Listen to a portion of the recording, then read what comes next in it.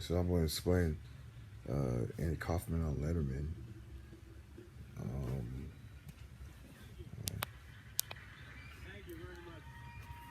So everyone understands. Andy Kaufman is one of the stars of the ABC television series Taxi. He is also a professional busboy, a professional wrestler, a stand-up comedian, and one of the finest Elvis Presley impersonators in the business. Oh, this is kind of boring. Never get through this. 10 minutes long.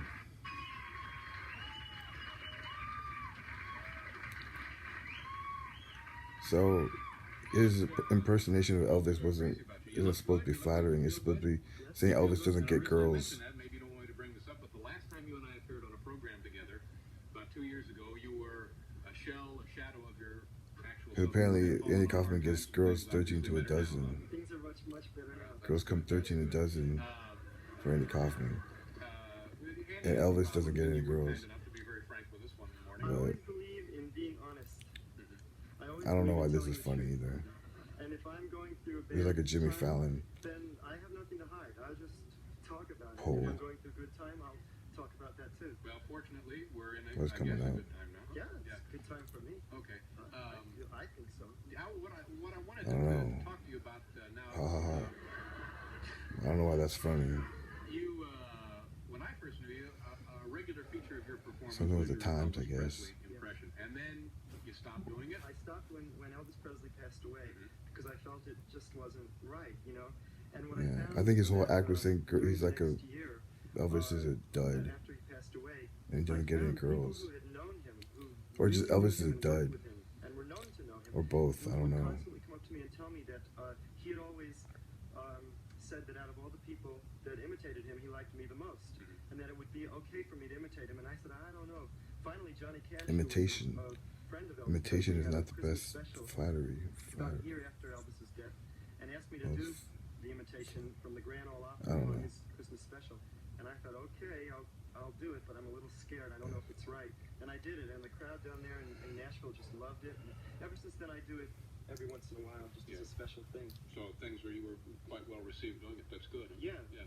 Now there was a show, Saturday Night Live, a couple of weeks back where you were doing it, and then I didn't see the show. I saw the tape of what happened. You sort of stopped in the middle, and well, that's because they asked me to do the imitation, and I said, well, this is very special to me, and I just want to make sure it's done tastefully. So I did the imitation, but then I was asked to do the sketch where I asked, as Elvis, I asked two girls to wrestle each other with nothing but their panties on. And I said, this is a reference. This is a reference to a book by Albert Goldman. Right. It's supposed to be an expose of Elvis's personal life. And I didn't want to do the sketch, but you know, then they pressured me into it. You know, He didn't want to say that Elvis got girls. Pressured me into it. If you don't do this, we'll ruin you. You'll never work again in this business. We'll ruin your reputation. And he said, well, yeah, we really. We'll spread it around that you're hard to work with. You'll never get another job in this business again. You know. So I said, okay, I'll do it. And, you know, really.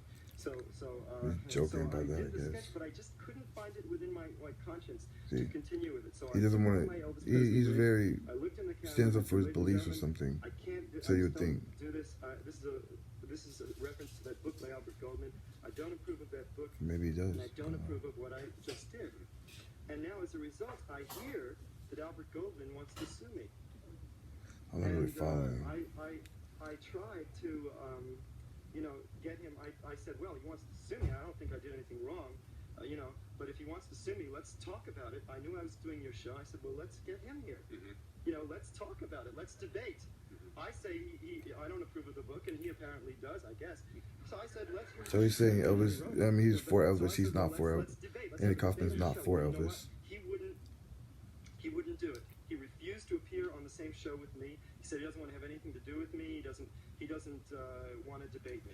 Well, I say this. I think that the man is afraid to face me in debate.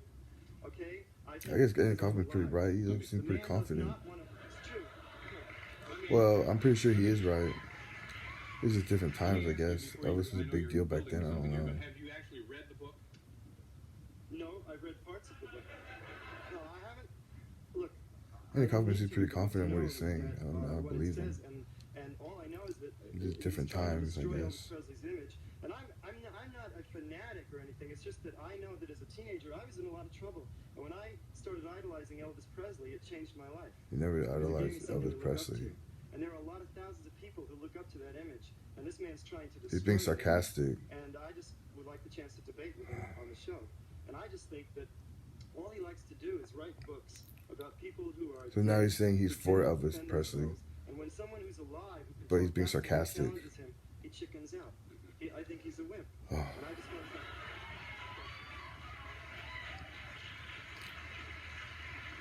And if I may, can I say something to him? He's saying he's trying to defend Elvis Presley I now. want to look at something else, but quickly. Okay, I just want to say. Sarcastically. He's not right here. See? Mr. Goldman, if you're watching this show right now, I'd like He to say said, this I in want to front of defend millions Elvis of people Presley. who are watching this, just so they know that I'm challenging you right now. I would like you. I think that you're a wimp. I think you're afraid of me. I think that you're afraid to face me in a debate on a one-to-one situation because all you like to do is write about people who can't answer you back. Well, I'm challenging you right here. I will debate you on this show anytime, any place. I will fly Why Elvis anywhere in the Presley country, is no matter great. where I am. I'll fly in here. He's and being I'll debate you sarcastic. on this show. Let's see if you can answer that challenge. I don't think you will because I think you're afraid. That's kind I of think you're a funny. wimp. That's kind of funny. It's okay.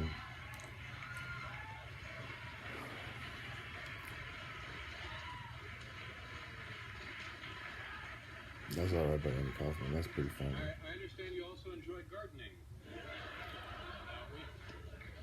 We want to talk now a little bit about your wrestling career. Okay. We have some videotape, and tell us what we're going to take a look here. Okay. Andy Kaufman. I don't know. I don't know if David Letterman Okay, is saying, oh, so you're a dud? You enjoy gardening. Years ago, as part of my concert act, now has become such a serious thing. I've gotten I offer $1,000. It was $500. Now it's $1,000 to any woman who could beat me in a wrestling match. And this challenge to anyone in the country or in the world, actually. It started as a joke. I guess at the time it was very chivalrous time or something. Andy Kaufman Like Madison Square Garden and with professional. is sick of the chivalry or something. I don't know, trying to stand out. This is a tape from just one of my That's all he's doing. He's trying to stand out. Everyone's real chivalrous during this time, and he's not. Just change it up a bit. They're making fun of wrestling too. But the world's not perfect. Not everyone's a genius.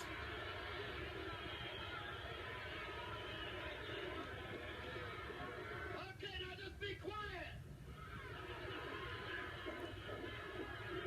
I will pay $1,000 to any woman that will beat me in this ring. I will not only do that, I will shave my head completely bald if I am beaten here. And any woman that will beat me as an extra prize, she will get to marry me. Right here. She will take my hand in marriage. I will offer my hand in marriage if she beats me right here.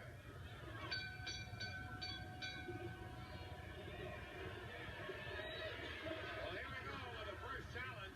Andy Kaufman, undefeated. Coming in here, they're after a successful. He just wrestles with the girl like it's Jello wrestling or something. He just kind of Atlantic City's Playboy Club. just kind of Kaufman going against Julie Jackson of Memphis, he kind of puts her Tennessee. on the ground Remember the rules. and straddles her Kaufman must and pins her to the be ground. pinned. He does not have to pin her. We're now in the first 30 seconds I guess it's okay. of the 3-minute I don't know. match. And Kaufman If everyone's real chivalrous during that time and he's doing that, it's kind of funny. 1, 2, 3, and that's it. I think he stepped on her too. It's okay. Andy, you turned out to be quite a fine young man. Thank you. The sarcasm again. I just want to say that there That now was is an sarcasm. Intergender Wrestling Commission that they've awarded me with this championship belt. I'm now the Oh. World Intergender Wrestling Champion. And this is not a joke. This is really true. I am wrestling all over the country, defending my title. I'm undefeated. This is covered in sports pages in every city that I do it. He's not kidding. This is And then he says he wrestled the Playboy Centerfold and she wanted to wrestle with him again. And he says, okay, sure, yeah, I'll do that. But his whole point of this whole next scene is saying that Centerfold wanted to wrestle him again. She wanted some more. That's about They it. said that I cheated and they want to have a I rematch. gotta record all the way to the and she end. wanted me to have a rematch. So Well, she this says she can beat me didn't- and that at I least you didn't watch win it. fair and square. Now look, David.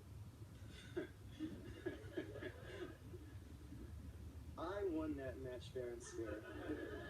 I don't She really had get her that. own referee. She It said, took me "I'm forever to figure out what using was the her whole point of the referee." story. The whole point of the story I called them was that they immediately wanted in the that circle. I said, the girl "Frank, wanted I a will rematch give her with a him. rematch." She wanted some You know, more. this That's the whole. I don't know what the whole point of the story is. No. I don't think Letterman knows either. He's like, are you going to call them a wimp? He doesn't know what the point of this whole story is either. See, they challenged me to a rematch.